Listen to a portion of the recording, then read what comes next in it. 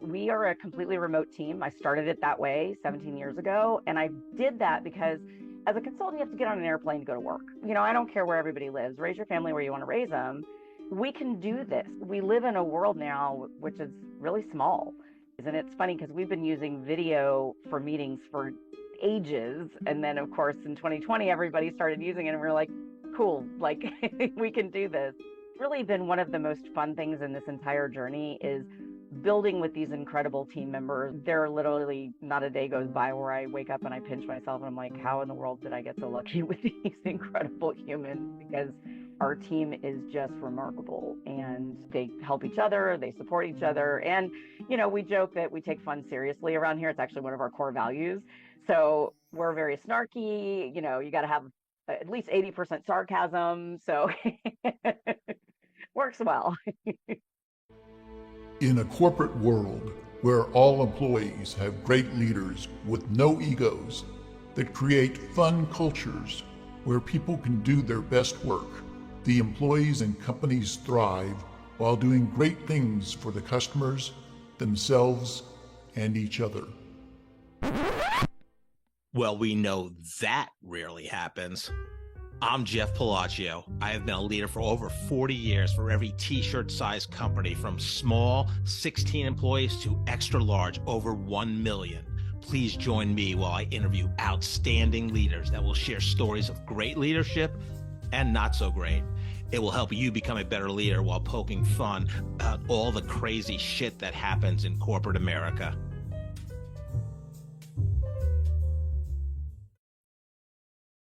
Today's episode of The Corporate Couch is sponsored by Fluent Consultants, your partner for scaling your growing business.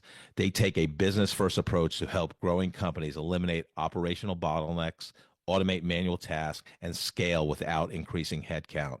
Fluent isn't your typical technology firm. They deliver solutions that solve actual business problems and reduce manual tasks. From roadmaps to dashboards and AI, Fluent can help you find a better way.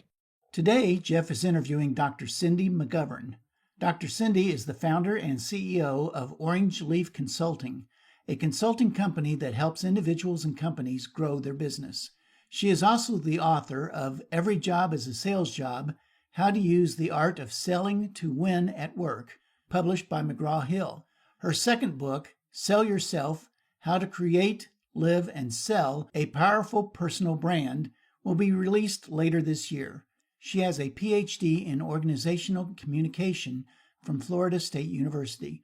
Dr. Cindy is a national and international keynote speaker and the author of a 5-step sales process, which can be applied to everything from company culture, hiring millennials and college graduates looking for their first job, to politics, unemployment, reputation management, branding, and more. You can learn more about Dr. Cindy at drcindy.com. Let's listen as Jeff talks to Dr. Cindy. Cindy, welcome to the Corporate Couch this morning. Thank you so much, Jeff. It's good to see you. It's great seeing you. We had a great Zoom call when we got introduced by Mackie Musavi.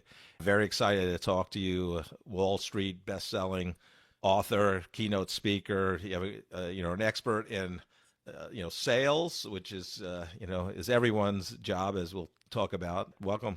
Thank you. I enjoyed our pre-call too. I sometimes wish that people could see the behind the scenes. We chatted about this because you had the best out of office message of all time. It was just fantastic.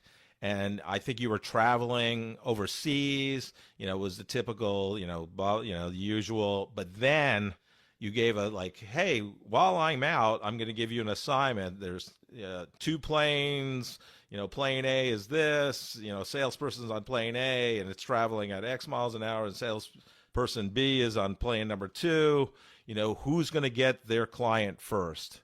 And that, it was whoever follows up the fastest.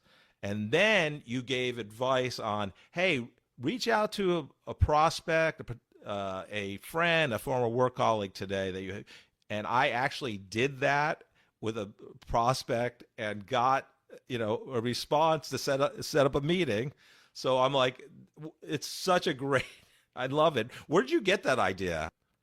It started as a joke because I feel like people don't read out of office responses. And Right. so I did it almost like as a psychological experiment to see if anybody read it.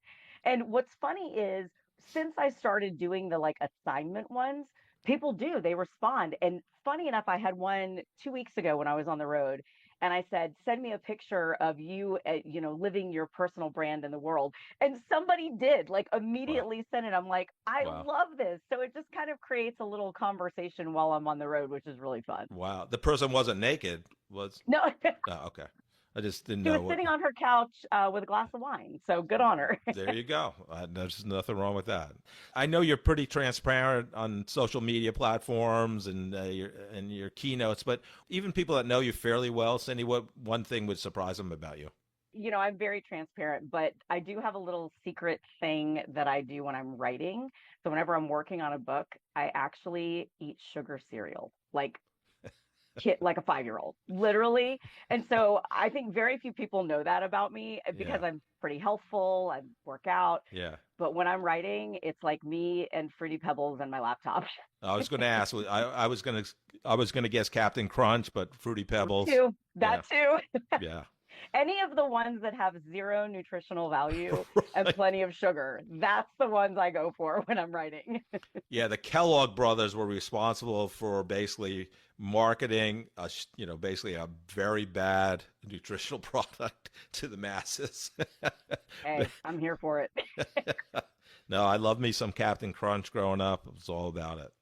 I will eat any and all of the ones that have a sugar content that's like more than 50% of your daily allowance. Yeah. And I also was I did it, Seinfeld was known for, mixing cereals, and I was Oh, very yeah. big on that too. I love mixing. Oh, Yeah. Yeah. interesting. I'm more of a purist, and I get on a train with it too. I'm like, Yeah. okay, today is Fruity Pebbles Day, tomorrow is Frosted Flakes Day. Like Yeah. There you go. Oh, I'm a little regimented in that regard. yeah. Frosted Flakes. They're great. Uh, all right. I'll take bad impressions for 500. Um, yeah. So where'd you grow up, and what was fun for you growing up, Cindy? I moved around a lot growing up. My dad was a government contractor, so we were always sort of next to a military base, but not Okay. on it. So started in the panhandle of Florida, moved to Georgia, moved to Germany, moved to Central Oh, Florida, well. and it was fun. Like it was Yeah. great experience and made friends kind of everywhere, which was really cool and still in touch with some from way back when, which is Right. kind of amazing how small the world really is. Right, right. Now, did that help you kind of really, if you look back at it, you had to adapt to different, meeting people and all that. So was that helpful in terms of your evolution as a person and sales expert? Yeah, for sure. And I think part of it was because, I mean, I went to three seventh grades. So when you Wow. think about seventh grade, I mean, that's like the ugly duckling phase, right? Like Right. that's not the good time that you want to be meeting new people. And in three seventh grades, I was making friends and then losing friends right away, and then making friends and then losing friends. And so it was really kind of a master class in adaptability Right. and also in vulnerability too, of just being able to say, here's who I am, and I don't know how long I'll be here. We might be friends for 3 months, and we might be friends forever, kind of a Right. thing. Yeah. So I do think that had a lot to do with it. But I was actually pretty shy also. Like I was Yeah. very outspoken in some ways, but Yeah. I was also shy in others. Yeah. So I kind of had like a close friend group, not like 50 million friends type of thing. Right. Yeah. So you're more outspoken and more yourself, probably with your closer friends. Is that? Yeah. I was very Totally. similar growing up Yeah. myself. Yeah. I was terrified of girls in junior high and high school too. So just go full disclosure. Yeah. So what were some fun things you did growing up? What you love doing? So when I was little, I loved being outside. I loved being on my bike, playing in the woods, loved the beach. And then as I got older, I really kind of pivoted to sort of dance, and that was my outlet for everything. I was in everything. I was in gymnastics and swim team Oh and you wow. name it, I did it.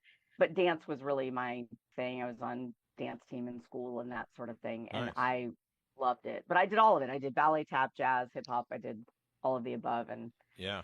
and it was so much fun, and I'm still good friends. And in fact, we were just having a conversation, a girlfriend of mine and I, She was at my 13th birthday party. Oh, I wow. won't tell you how many decades ago that was, Right. but we were on dance team together, and Yeah. we were talking about how back then, every slumber party was rehearsing dances and making up dances, and I was like, we should do that as adults. I think it'd be Right. fun. Yeah, there you Start a go. new TikTok trend. There you dance bar. I love it. I love it. Middle-aged women dance party. Yeah. Any aspirations as a child? Like when I grow up, I want to be this. So you may or may not remember this, but when I was a kid, I wanted to be a solid gold dancer. Oh, Do you remember solid that gold. Sure. show? Yeah. It was really just the shiny gold lame outfits Yeah. more than Gold. anything. Right. Yeah. But I was bound and determined to be a solid gold dancer. I wanted to be a rockette, and then I realized I was too short. So Yeah. There you go. The Rockettes still going strong after all these years. Yeah. So what was post high school for you? What kind of how'd you get to your college, and what was your original major, and did you end up with that major when you graduated? yeah, so I right out of high school, had a summer and then went straight to college, and I did stick with the major. In fact, all three of my degrees are in communication, and I was Oh, I was pretty clear on what I wanted to do. I was pretty yeah. clear on where I wanted to go, at least from, helping people instance and really focusing on communications and psychology. And I loved it. I was at Florida State. I taught aerobics when I was there, when they called it aerobics. So Oh, wow. yeah, leg What was your brand warmers. of headband? You had a headband. Yeah, like all of them. Yeah, it was. I hope all the pictures are gone. There you go. Yeah, I would have been in much more trouble if there was social media, in my formative college and post college years. But anyhow, so did you go right? I know you got your master's and then your doctorate. What was your kind of educational progression? When I got into my master's, I knew I wanted to get a doctorate because I really thought I wanted to teach. I was doing student teaching in my master's program. I actually taught like almost full load at the community college right after I got my master's degree. And I loved it. I've always loved teaching. I was a dance teacher when I was younger. So there's sort of that teacher's heart that I have. Mm. And I really thought that's where I wanted to go. So that's why did the PhD. And that's what I actually did after that. I went right into teaching at colleges and helping the 18 to 22-year-olds on Monday morning at 8 a.m. learn public speaking. So Yeah, talk about a tough crowd.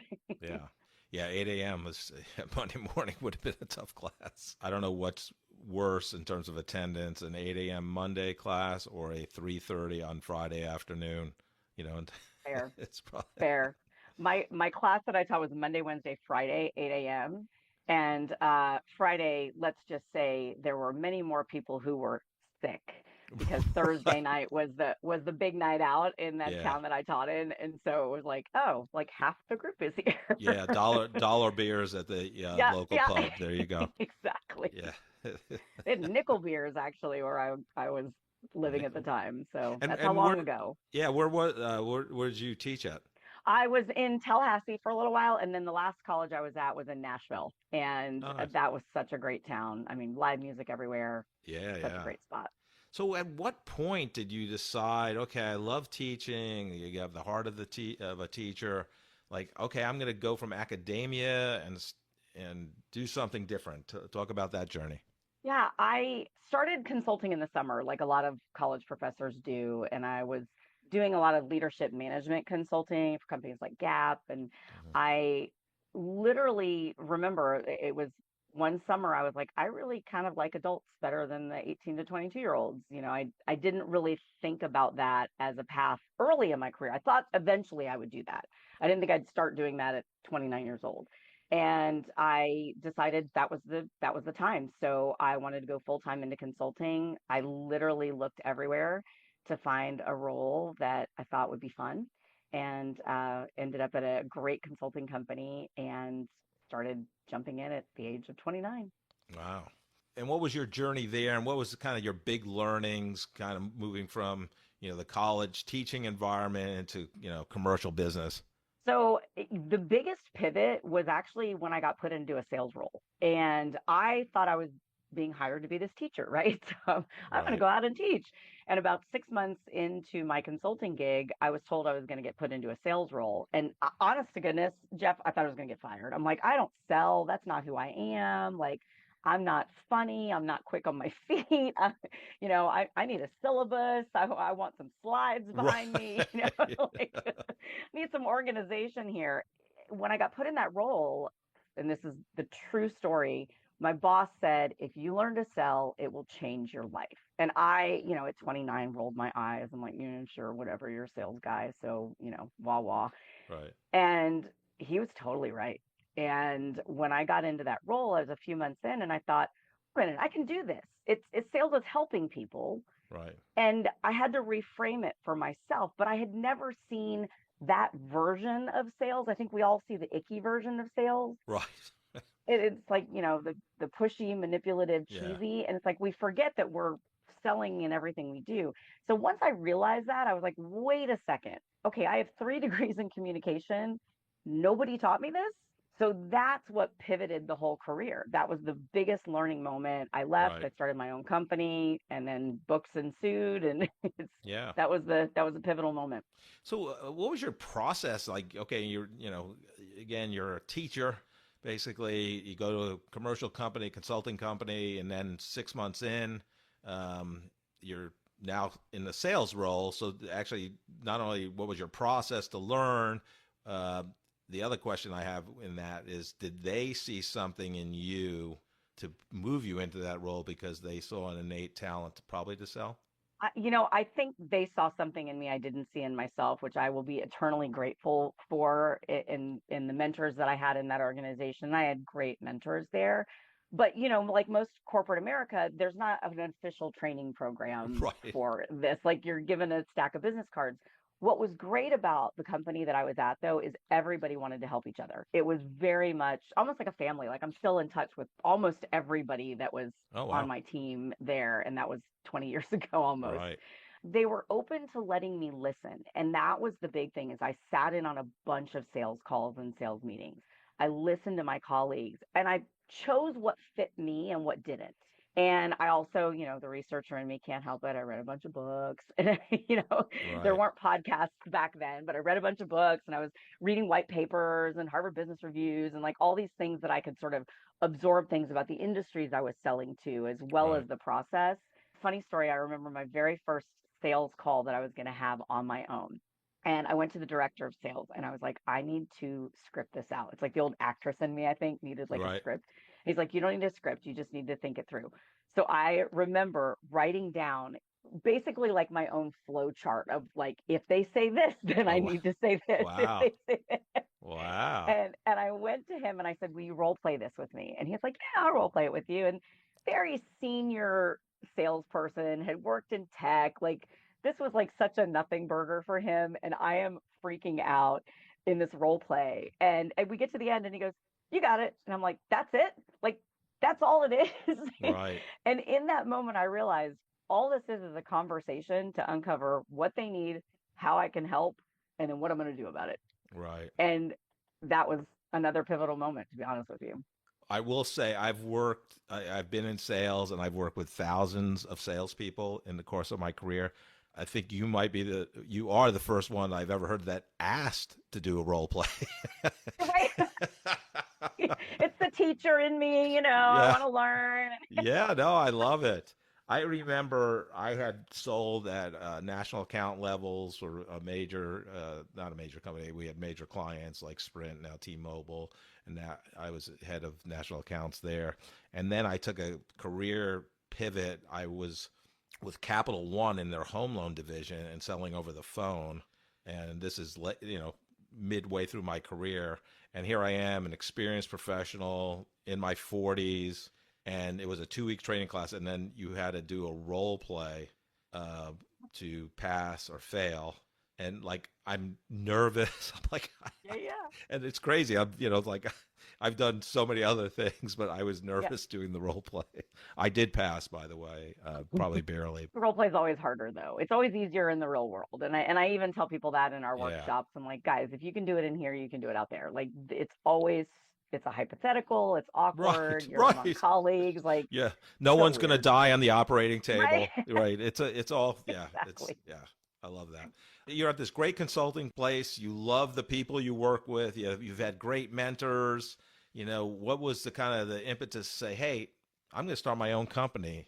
I was ready to move out on my own and kind of build the sales process that I felt was missing. A lot of the sales processes out there, which are incredible, and we've all read the same books, Yeah. they didn't fit me. They weren't the way I wanted to sell. And so I've sort of created a sales process that I think is shorter. It's based in human psychology, human behavior research, but it's engaging. It's more approachable for those that are not that hard hitting. Let me, challenge where you're at. Let me ask you the hard hitting questions. Right. It's really building more of a relationship. Yeah. And I mean, I think that today they'd call it consultative sales, but Right. when I built it decades ago, it's still kind of new-ish. Right, right. So what was that like? So now you're going from a college environment where you worked to a commercial company that, you're a W-2. What was the big surprise, like starting your own company? Like, oh shit, I didn't know this was going to be like this. When I started it was in 2008. So bottom of everything, the bottom fell Oh out. yeah. And I knew that I could help the title industry. So title insurance, like when you buy a house, right? Yeah. And so I started the company. I said, these are going to be my clients. And I remember coming home to my husband and I said, I'm going to start a company to help independent title agents. And my husband looked at me and he goes, let me get this straight. You're going to quit your job to start a company to help companies that don't have any money to pay you. And I said, R- yep, that's it. And he goes, all right. Like it was just Right. like he already knew I'd made up my mind. It wasn't a question. It was Yeah, if more you did like, it in 2005 when the mortgage industry was crazy good oh, and 6 and 7, yeah, 2007, probably a really good time to work with title companies. Oh 08, totally. probably not. Not so So, much. yeah. Yeah. So how did But that I'm go? well, it's pretty good. I'm 17 years later. Here we are. But it was funny because the part of it was I knew that if I could make it float, then it was sort of proof of concept. It's still the researcher Yeah. in me, right? I had to Yeah. sort of do that, the hypothesis, and prove that. And I knew that I could help. I knew that these folks really needed sales help more than anything. It's a relationship business. So I also went after property and casualty insurance. I went after these sort of fairly neglected industries to start with that I wanted to help, that I knew I could. And I knew a softer approach to sales would fit them better. They weren't really being serviced. So that was Right. where I began, and it's been so fun. Oh, like so fun. Yeah. Talk about the evolution of your business, oh 08 and we're in 2025 here, this year. Like kind of what were the big learnings? When did you start bringing people aboard? Because that's, Yeah. that's different, right? Because at first I'm assuming it's just you. Yeah. And yeah, so talk about that. Me at my dining room. So the first thing that I did was hired somebody to help me with just like the logistics of the PowerPoints as I was getting these things out of my head and creating the sales process. I needed somebody. Funny enough, it's the person that interviewed me at the consulting company. She had left and she came on board. And so it was kind of interesting full circle moment where the woman that hired me out of academia, now we were colleagues. Nice. So that was incredible. We're still friends. And then I hired somebody to do both. That was the next thing. I realized that Right. 4 hours in an accounting software program on Saturday morning was not a good use of my time. Right. So sending out invoices and Yeah. dealing with taxes. And then it just started growing from there. And I feel so fortunate. We are a completely remote team. I started it that way 17 years ago. And I did that because as a consultant, you have to get on an airplane to go to work. I don't care where everybody lives. Raise your family where you want to raise them. Right.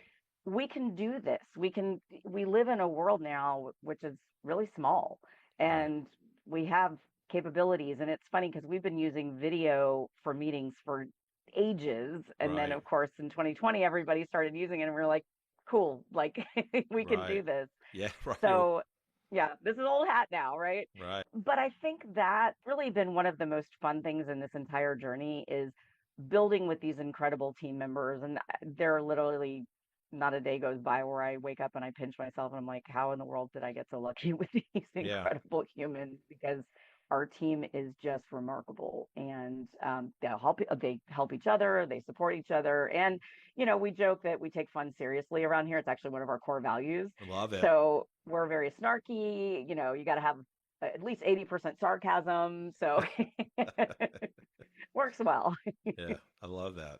Yeah, I mean, I always thought that, teams I led, let's make it fun because we're here with each other more than we're here with our families during the week. So Totally.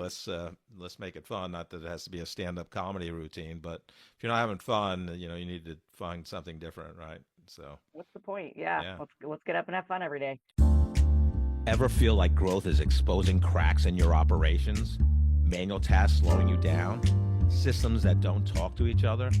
Fluent Consultants helps businesses like yours clear those roadblocks with tailored strategies, customized solutions, and AI-powered automation that accelerates your growth instead of holding it back.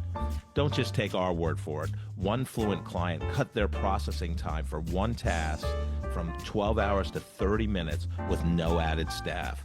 Find out how Fluent can help your business scale smarter. Learn more at fluent-consultants.com/corporate couch. That's Fluent Consultants,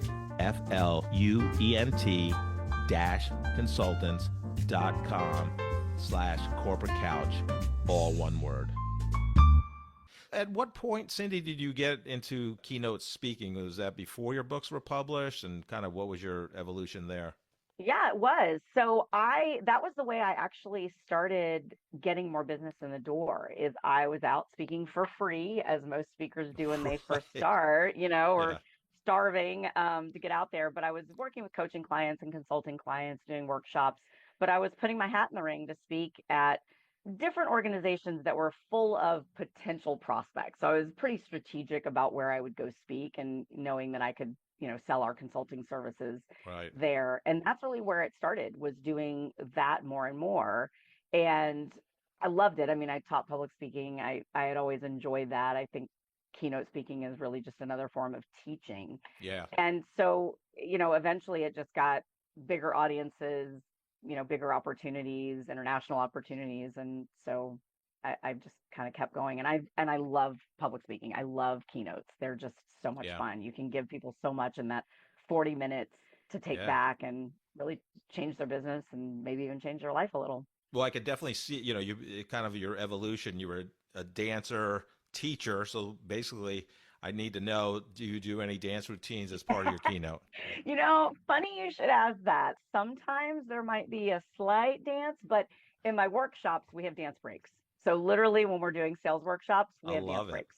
And what is the music that you cue up during the dance breaks? It kind of depends on the crowd. Like the last one we did, we're all Gen Zs. So I was trying to be cool and hip and pull some Yeah. Gen Z type stuff and, clean lyrics if I can find them. But Right. Love sometimes it. a challenge. Need the Yeah. radio edits. Yeah. Yeah, I interviewed somebody on the podcast, Frankie Russo, and Frankie was a 7-time Inc. 5,000 fastest growing company, 7 different companies, crazy stories. He had addiction problems in his 20s. He's making a ton of money in the mortgage industry in 2005, 6, type thing. But he goes, he didn't have his book yet, but he got to be a keynote, and he got paid like $15,000 for his first speaking gig. I'm like, Oh, yeah, dang. that people don't do that often for sure. That's not normal, yeah, in the speaking gig. Yeah. You usually start with breakouts and then you can move to the main stage eventually. And yeah, Right. it's usually an evolution. Right. No, I love that. So when did the book concept come into play? Because I think it was your first book, Every Job is a Sales Job, was published in 2019. Yeah. So the book was sort of always rattling in the back of my head. It was one of our first retreats we did as a company for Orange Leaf Consulting. The book started there. It literally started, and I still have the photo of the flip chart, literally still have the photo of when we were sort of outlining, like, if somebody had taught us sales as a life skill, what would we want to learn? So literally putting it out on this flip chart. And so as I did more and more speaking gigs, people kept asking, do you have a book? Do you have a book? And I'm like, no, I have a blog. And I'm thinking, why don't I have a book? Like there's not anything stopping me other than the fact that I don't know how to write one. So Right. figured out how to do that. And I had no idea how to get a publisher, an agent. You had to learn the whole thing, but I really realized that I needed to get this book out. And funny enough, okay, going back to the researcher in me, I thought for sure somebody had written this book. So that was the other thing that was holding me back. I'm like, surely this book exists. Right. And when I started doing research, I didn't find the book that I wrote. And I was like, okay, then I need to get this out there. I need to be able to Right. help people. Yeah. And what was your writing process? Like, obviously you did a lot of research, so you wrote a lot of papers through, with a master's and a doctorate, obviously, but Yeah. kind of what was the process for you? This is another thing that might surprise people how I write. I write by post-it note. Not kidding. So I'm actually working on my next book. And if you saw this wall over here in my office, it is covered in Right. post-it notes. Right. And that's what I do. The idea starts with literally just sort of a brainstorm in a notebook. My notebook is right behind me. And then I start putting things on post-its and I put them on the wall and I just keep throwing them up there. And then they start to kind of take shape. It's like, Yeah. okay, well, these are all kind of the same Yeah. thing. These are all kind of the same thing. And then once I see that there's a pattern or there's enough there, kind of sit down and write something. And Yeah. sometimes it's a chapter, sometimes it's a paragraph, sometimes Yeah. it's a story, Yeah. but eventually they kind of start coming together. Then I'll create the outline and then I'll start writing. Yeah. And Yeah. yeah, And is your it's kind of writing wacky. like certain time each day when you're in the flow, or what is that process? So I'm a night owl by like nature.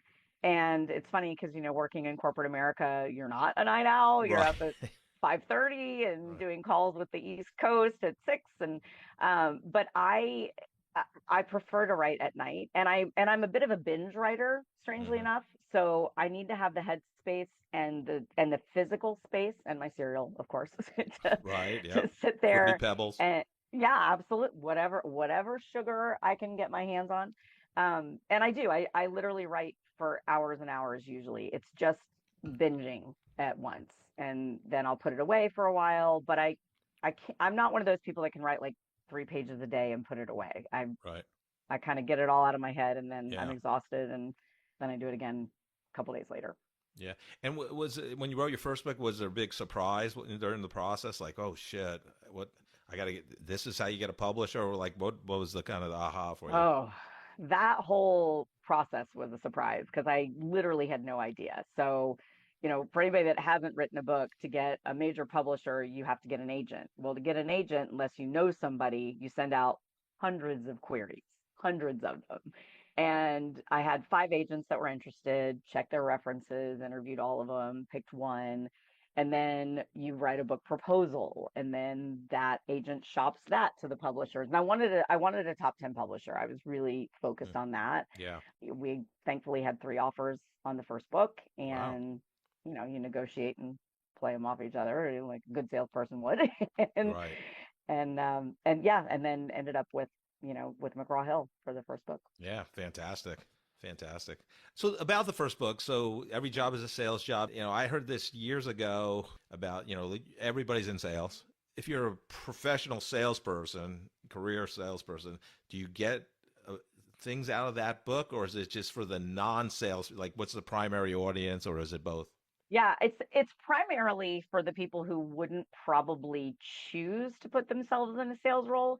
But Right. I will tell you, we have a lot of sales teams that use this as part of their ramp up and their kickoff because Right. what I teach in it is a 5-step sales process. So even if you're a good salesperson, you can always shorten your sales cycle. You can Right. always improve. So it's more about ways to really pivot the process you have, or if you don't have one, to be able to adopt one. Yeah. So can you summarize the 5 steps? Yeah, Like, what are they? absolutely. So I believe that nothing happens without a plan. I am that girl. I Right. love a plan, love a to-do list. So it's creating the plan of where you want to go. And then the next piece is looking for the right opportunities. And they're literally everywhere if you pay attention. But even salespeople ignore them. Even salespeople sort of just take the low-hanging fruit. They're not proactively seeking where they want to go so they get a better return on their time invested. So it's looking for that. And then the next thing is listening. And it's really listening to establish trust. And this is where a lot of salespeople, even seasoned ones, skip. They think rapport is trust. It's not. Right. And so, really asking good questions. I always say ABC, not always be closing, but always be curious. Oh, I love that. And if you stick with that, you will be able to establish trust. You will make it about the other person. And then the fourth step is asking. Ask for what you want, take what you can get. Right. And then finally is the follow-up, which Yeah. is what you had mentioned about my out of office. Yeah. And that's another one where a lot of even seasoned salespeople fall down. They follow up once, or they're Yeah. not really working to stay top of mind. And even in just everyday networking, friends of mine will say, God, you always stay in touch. Isn't that kind of the point? Well, yeah, you Like, can't build a relationship if you don't stay in touch, right? yeah, Yeah. but it always surprises me when they say, "Oh my God, I can't believe I heard from you. Like today was my birthday. I can't believe you remembered." That's the whole point is, Yeah. collecting really cool people throughout our lives. Right. So that follow-up is key. Yeah. So what I find, because since have gone out on my own and stopped being in the W-2 world, I'd love your take on this because I find even friends of mine ghost me. Yeah, And it's like and it's not about me following up, hey, just following up, that's a bad email, right? Like, yeah, you want to try to add value, but you need to follow up at times, but I just find it so odd that people I'll say close to, and they're yeah, friends, they're like, and I get it. Everybody's busy. You get 100+ emails a day. I understand all that, but it's to say to somebody, hey, I am just buried. I will follow up with me in 2 weeks or 3 weeks, whatever. But yeah. I love your take on that. And thank you. The thing that people have to remember right now in our world is we're not competing just for business. We're competing for people's attention. Whether we're great at this or not, we all have the attention span of like a gnat. Like Right. it's just the world we live in right now. Yeah. It's like squirrel. Yeah. So, I really believe it's about not just following up, but following up with value, following up with intention. I was texting with a friend of mine. We're resurrecting our book club this summer that we haven't done for a few years because kids and such, Hmm. people's travel schedules. And, easily we could say, oh, we should resurrect it. And I said, no, I'm going to do a podcast. I'm going to then send out the bat signal to everybody and we're going to pick a date today.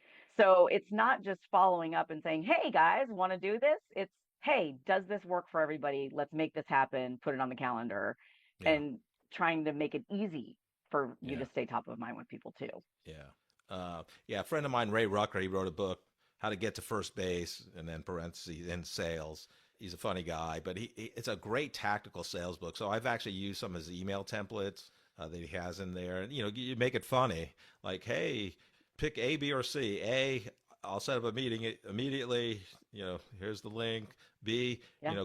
I will get back to you in 30 days. Or C, hey, I know I have an open invite to work with you, but maybe reach out to me in 6 months. And Yeah. it is amazing It works. the response Yeah. you get. Well, and it's so funny because from a psychological standpoint, people love choices. So the fact that he actually makes it super easy. It's like when you're dealing with kids, like, Yeah. do you want the apple or do you want the grapes? You don't Right. give them the choice of the chips, right? Right. So Yeah, here are your right. three choices. You got to pick one. Right. Right. Cindy, what do you think kind of when you work with non-salespeople, if that's one of your groups or just based on your first book experience, like the average HR professional or accounting professional, what is their biggest fear in, learning sales or like, oh my God, I'm going to do sales, but talk about that. So funny enough, at my consulting company and even in our online academy, we have a lot of people that are not salespeople Hmm. that we work with. And I do believe every job is a sales job. I believe that if you can make a customer's day, tick them off, or influence their opinion about your company, you're in sales. So that's every employee. And so for those HR folks, when they come to us, their biggest fear is becoming salesy. Right. And I get it. No, and here's the thing. If we're being totally honest, that is such a minute percentage of salespeople in the world. Right. But it's the common denominator we all know. And Yeah. I joke about it and I have a slide on it. I call him Tommy Two Thumbs. And he's like, hey, what's it gonna take to get in this car today? He's got gold chains, sunglasses inside. He's that guy. Yeah. But that's the fear is everybody is afraid to become the sales person. And what we forget is sales is not a dirty word. I mean, I literally want to change the way people look at the word sales. Like we might need a new word at the end of Yeah. this. Like it's not a bad thing and you're Yeah. selling every day. Yeah. I find that with the word networking too. So networking Yeah. to me is about building relationships. It's not, we exchange business cards and, hey, you give me business, I'll give you business. That to me is not networking. It's building relationships, and that comes over time. Nobody gets married after the first date, or Totally. maybe some people do, but anyhow. But I'd like your take on kind of, if you're in the older generations, that's where salespeople did have bad connotations. Think used car salesman, I'm going to bang your head across, on the car hood until you sign on the dotted line. The Glengarry Glen Ross, always be closing, all that good stuff. Do you think the generations in their 20s and 30s, they have the kind of same connotations about salespeople? So great question. And it's funny because I do think it's shifting to a degree, but I don't think they're calling it sales. I think they're calling it influence. And it's because we have these influencers online, right? On social Right. media. That's a salesperson Right. through and through. So because they are exposed to this at such a young age, I think that their connotation of sales itself is maybe a little bit different. But funny enough, I still have a lot of the X and Gen millennials and Gen Zs that will all say, "Oh, like I'm not a salesperson. Like I'm not Right. that. Like I'm not asking you to be that. I would never ask you to be that. I don't want to be that. What I Right. want to do is help people." Yeah, I love that. Talk about your second book, Sell Yourself. Like you kind of go from the sales to the personal branding, which is kind of selling yourself, right? Yep. But talk about the second book and kind of the key takeaways from that. So that was it started from a bonus chapter that I did for the first book because I wanted people to realize that they are selling themselves before they sell anything else. Right. Salespeople know that no sale happens without trust. And I have to trust you before I'm going to trust your product, your service, whatever it is that you're pitching me. And I was seeing a need for a rebrand. And when that book came out, it was right after the pandemic, and we had gone through the great resignation and the great all these things that had happened. People were quiet quitting and all this stuff, and I said the world needs a rebrand, and I want to be able to help people because it's different now. We're in hybrid work environments. There's some people are coming back to the office, some people aren't. We Right. were flex hours. The whole sort of world and ecosystem shifted, and I think people forgot that they're still selling themselves within that. Right. And this was a really good opportunity to rebrand and take advantage of Right. the momentum of change. Yeah. And I also think that people don't purposefully know that they have a personal brand. And that was me. I didn't realize Right. that. And so I wanted to be able to help people to recognize that this is probably one of your most powerful tools in your toolbox. Right. What do people struggle with the most in terms of kind of enhancing their personal brand, whether that be a LinkedIn thing or just, what do you see that? So funny enough, it kind of goes back to the sales process piece, which is they don't have a plan for it. Right. We're all multifaceted. Everybody's got multifacets, just like a diamond. And we're going to pull up different facets of our brand depending on who we're talking to. If I'm talking to you, we might be talking about business and podcasts and sales. If I'm talking to somebody who's a dog person, we might be talking about our dogs. That doesn't mean that you're multiple personalities. It's just multiple facets. But people struggle with sort of making all of them be harmonious and figuring out when to elevate those facets. And so I wanted people to realize you can have a plan around your personal brand, and it can serve you or it can work against you if you're Right. not careful to. So creating that plan of who you want to be, crafting that brand, being purposeful about it. Yeah. Yeah. No, I love that. Yeah, I think it's so important, and um, you know, your brand is your reputation, right? What do people say Totally. about you when you're not in the room, right? Absolutely. Yeah. Um, Absolutely. And we called it that. Back in the day it was your reputation. yeah. Personal brand kind of came into the vernacular about 7 or 8 years ago, Right. and it is recognizing that it is building your reputation. You're Yeah. writing your legacy Yeah. with your personal brand. Yeah. Gary Vee's big on, you got to Yeah. have personal brand love, and he's a colleague, not a colleague. He's a New York Jets fan, which I am too, unfortunately. But he's the most well-known Jets fan in the world, and wants to buy the New York Jets, which I hope he does because Woody Johnson's a shitty owner. But we're not here to talk sports radio. Cindy, what about the third book? What's it's coming out next year? I think you said. What's that book going to be about? So this book is about sort of the internal sales conversation that you have with yourself and how we tend to hold ourselves back and we don't give ourselves permission to sort of step into the spotlight in our own lives. And women struggle with this horrifically. Men do too, just maybe not as vocal about it. Hmm. But I want people to understand where that comes from, why you're having that imposter syndrome, where those sort of voices in your head are. And the analogy that I use is kind of getting those backup singers to sing in harmony because they all served you at some point in your life. You don't want to just kick them out, but you do have to sort of recognize which ones are going to help you take that step forward and which ones are truly holding you back. And imposter syndrome, again, buzzword for the last 6 or 7 years, but it really only shows up when you're growing. Right. And so I have a different take on imposter Oh, I love syndrome that. that I think it's a good thing Yeah. that, and I talk about her being your constant co-pilot. Yeah. So, you would have a constant co-pilot too. And I say, give her a name, strap her seatbelt on, and let's do this. Right, right. Yeah. Yeah, absolutely. I think it was about 3.5 years ago, you started the Orange Leaf Academy, some interactive sales courses. So talk about, what gave you that idea and what problem you're trying to solve with your clients. Yeah, thanks. So I wanted to be able to reach a larger audience. And, not every organization can afford a consultant or a coach. And again, it's the teacher in me. I can't help it. So I wanted to create an opportunity for people to get access to that kind of information from their living room. And so I started creating courses. We've got courses on my books as well. We've got, embracing your inner salesperson. And Right. we're about to launch another course on the Sell Yourself book too. Yeah. And my goal was just to give people tools to Yeah. actually make this come to life. And even with salespeople, we have the art of selling, and it's helping you shorten your sales cycle. And Yeah. and I want to be able to reach as many people as I can because I know what sales did for me. My boss was right; it did change my life. I didn't want to Right. admit it, but Right. Yeah. so I want to be able to help other people do the same.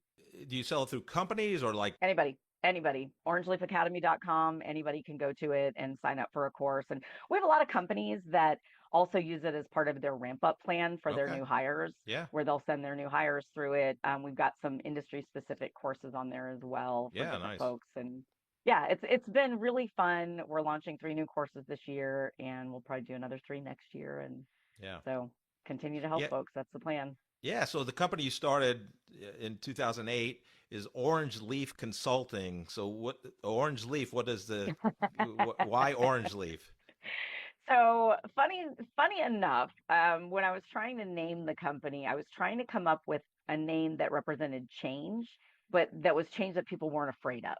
And, I didn't want to do catalyst or something, really strong in that way. I was like, there is an organic evolution here, and it's a good thing. And so I love fall. I thought, oh, we could do orange leaf. Like the leaves have to fall off in order for new growth, and you have to change in order to be able to grow. So that's how Orange Leaf came about. In terms of your consulting business, where are the clients and who are they that you can help the best? So funny, we look to help clients that are ready to grow. And so our tagline is grow big or go home. So they've got to be ready to do the work. So it's anybody that's either plateaued in their growth, whether you have salespeople or not, doesn't matter. It's just whether you've plateaued, maybe you've got new competitors in the market, maybe the landscape has shifted, something has prevented you from reaching the growth goal you want. That's where we come in. We come Yeah. in, we assess the organization, we assess the market, we help you create a path, and we help you create a sustainable path. We're truly a consulting firm. We want to get in, fix it, and get out. Yeah. So we don't park in your boardroom for the next 8 years and read your watch for you. We Right. want to There teach you you go. how to do it. Yeah. Cindy, I love helping two groups of people. So we're recording here in May 2025. People are graduating from college as we speak, in the cap and gown. What advice do you have for these college graduates that are going on their first, post-college job hunt and starting their career? This is one of my favorite questions because I think we don't do enough for grads. I think we, teach them the books and then we don't teach them how to do the first sales conversation, which is going to be a job interview. And that's just a sales conversation. So my advice to the new grads is number one, be clear about your personal brand. Who you were in college does not have to be who you are tomorrow. Watch your social media, have clean lines. All these things Yeah. matter, but But truly, like, think about who you want the world to know you as, and then bring that with you to that job interview. Be curious, ask good questions, sell yourself, ask for what you want, advocate for yourself. And this is another thing with grads. They think they're coming into this and it's like, oh, I have to take whatever they offer. Maybe, but maybe not. You Yeah. are coming in with a skill set too. You're going to bring value that those colleagues don't have right now simply because you've been in school and you're learning the new cutting edge techniques, technologies. So know your worth and bring that swagger to it as well in a respectful way. But the other thing is, I want grads to realize that everything they do is sales. Right. Everything. You're selling yourself, you're selling Right. your ideas. So knowing how to do that is really key. And funny, I actually have a bonus chapter that I wrote for the Sell Yourself book specifically for grads. Oh, nice. Yeah. I love that. I can't wait to read your book, by the way. I'm very intrigued with your process, and I love that it's not the usual, challenger sale or spin selling, or I'm a big fan of Bob Berg, the Go Giver. Yes. Yes. And he Great. has the Go Giver salesperson or Hmm. whatever. But yeah. The second group is once you start your job out of college, you're usually not in charge of a group of people, but the people that want to take that path and become a manager and now are responsible for the first time ever for a group of people in an org chart. What advice do you have for them? I literally just wrote an article on this for a magazine. Trust comes down to trust. If you want people to follow you, they have to trust you. They have to know that you have their best interest at heart, that it's not you self-serving, it's you helping to bring them along. And I think a lot of new leaders think it's about, I have to have all the answers, I have to do this or that. I disagree. Be vulnerable. Show that you're still learning. Show that you're human and make mistakes and find ways to collaborate. Make sure your people are listened to. They want to be seen, they want to be heard, and that's the way you build trust. And that, I think, is probably one of the most powerful tools in your leadership toolbox. Yeah, no, great advice. Great advice. Cindy, I want to thank you for coming on the Corporate Couch. Yeah. I love your energy. I wish we lived in the same location because I would love to meet you Right. personally, face to face. One day, you never One know. day sounds good. I'm going to California, or you come to Kansas City. But thank you so much for being on the Corporate Couch. You've been a great guest. Thank you so much for having me. This was great fun. I really appreciate it. And I look forward to meeting you in person. We'll just put that out there. Yeah, absolutely. What a powerhouse Cindy is, huh, Joe? Oh man, she was amazing. Oh God, I could have talked to her all day. I mean, she's just so fun. I just love, the beauty of the career journeys is they're all over the place. She wanted to be a teacher, got her doctorate in organizational leadership, and I mean, then she says, working with 18 to 22-year-olds. She got a little taste of consulting while she was a professor, and like, yeah, I'm gonna pivot. But you can still tell, and she's, I think, said it at least once or twice in the podcast. She has a heart of a teacher. Yeah. And I told you about, we talked about that out of office message when I first reached out to her after we got introduced. It was great. And we talked about that. But I actually thanked her today because she sent me a beautiful email thanking me for being on the podcast, and we're trading introductions. And I get an out of office, and I won't go through the whole thing. She gives a homework assignment at the end. So it talks about she's knee deep in writing this weekend. She's on her third book. But at the end, it says, and here's your weekend homework, because I'm a teacher at heart. Take 1 hour this weekend to write something just for you, a journal entry, a future goal list, a love letter to your next big dream, whatever floats your creative boat. Trust me, it'll do your soul some good. Catch you all next week. And does she write a completely different one, like every week or every time she goes out of the office? I think, probably. well, I've only got two of them, and they're different. The other one was an extra, the old math equation, or that's amazing. A salesperson's going 60 miles an hour.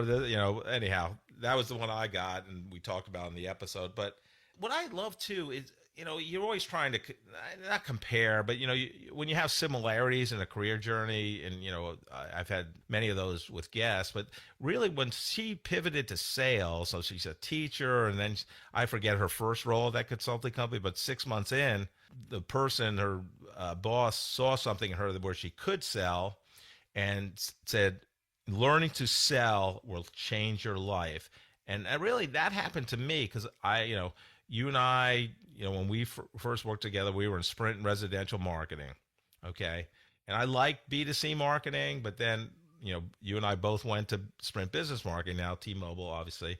And then I had an opportunity to go into sales on the business partner side. And I took it because I really loved the B2B marketing.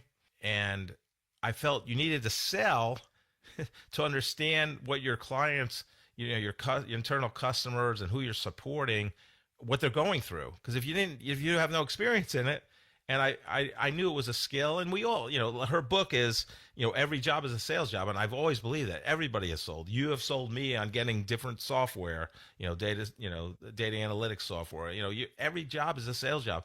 And I loved her approach. And this is one of the few times I didn't have enough preparation time to get to her book. I usually, download it on Kindle or order it. But I'm so excited to read her book because I have a feeling it's very much like the Bob Burg, go-giver selling, in terms of it's adding value to the person. You can't control the sale. You can't make people buy. All you can control is adding value to that person, whatever that is. And most of the time it's not selling your product or service, because customers don't care, or prospects don't care about your product or service. They care about how you're going to help them achieve their goals or solve their issues, right? Her first book, had no idea how to write one. I mean, obviously doctorate, did a lot of research to get her doctorate, but she wanted a top 10 publisher, got an agent, and McGraw-Hill published her first book. I was shocked by that. I was like, damn. She set her standards so high. Right. And then got it. Got right. McGraw-Hill to publish her first book. I published a couple of books, but I never got to even in the door with McGraw-Hill. So right. And then, ABC, they always be closing, Glenn Ross movie with the best cameo of all time, Alec Baldwin. But ABC for her was always be curious, right? Ask questions. Good questions, and that's going to help build the relationship. And that's whether you're selling or trying to date someone and build a longer term relationship, right? Yeah. And that's ultimately what you're going after in any sales position, is a long-term relationship with the customer. Yeah. So I thought it was a wonderful interview. Yeah. What thoughts did you have based on Cindy's conversation? One of the things that she did was she brought back old memories of me when I was a junior in high school, taking a government class, and we were learning about the Missouri legislature and how they write laws and everything. We had a guest lecturer come to our high school government class who was a Missouri legislator, and he led us in a discussion about how laws are written in Jefferson City. And he said one of the things that you hear a lot about are lobbyists.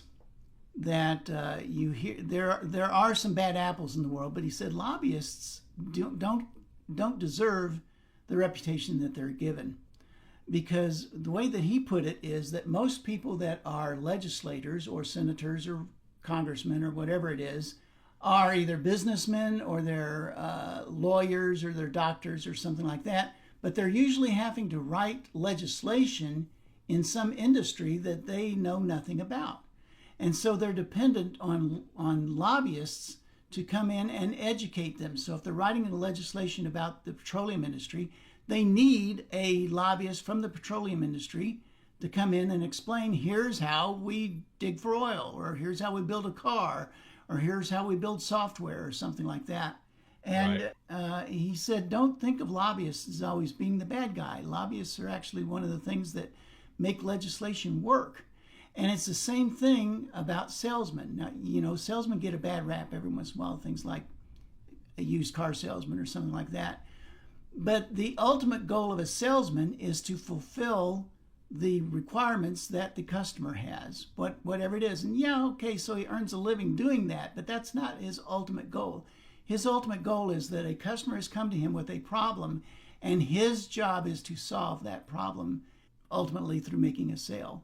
She said that 2 or 3 times, or some variation of that, is that your job is to help the customer. Your job is to solve the problem. You're a problem solver. You're an educator. You're whatever it is. I thought that was a refreshing take on what salesman, very Alec Baldwin like, where he was only worried about making the sale, right, and avoiding the second prize of being a set of steak knives. Yeah. See, this watch costs more than your car. Yeah. So anyhow, I can quote that movie all day long. But Joe, what pearls of wisdom would you like to impart on our great listeners today? Well, you already know that I've got two brothers. Now, what you may not know is that those two brothers are actually twins. Did you know that? Both of them. No. They're twins. Really? And identical twins, yeah. And they've got kind of ethnic names. Their names are Juan and Amal. And my mother has this unusual habit. She always carries a picture of my brother in her purse, but she never carries a picture of both of them at the same time. And the reason for that is because if you've seen Juan, you've seen Amal. Thank you so much for listening to this episode of The Corporate Couch. If you enjoy the podcast, I would love for you to take 2 minutes out of your day to rate us 5 stars and write a review. Please join me next week to learn from another great leader sharing their professional journey and insights.